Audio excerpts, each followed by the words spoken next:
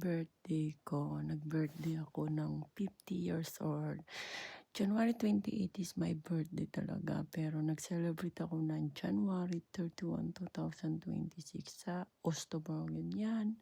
Yan ang aking mga bisita, kainan na, picture-picture, yan. Busy na kami sa dinner, yan ang aking deco. Akong isip yan kung anong decoration.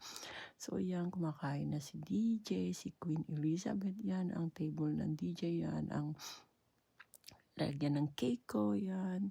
Nagsayaw na sila, mayroon silang operasyon, yan na so tapos na ang dinner, yan, nagpo-program na kami, nagsasayawan na, yan, sumasayaw na.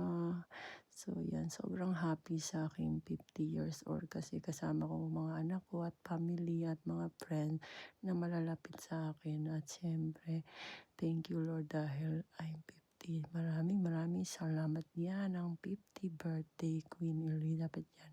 Hawak ko siyempre ang Instant 360 ko X5. Yan ang cake ko. Yan, dinala ko pa sa bahay. Hindi nakain sa party. Sa bahay ko na lang kakainin. Yan.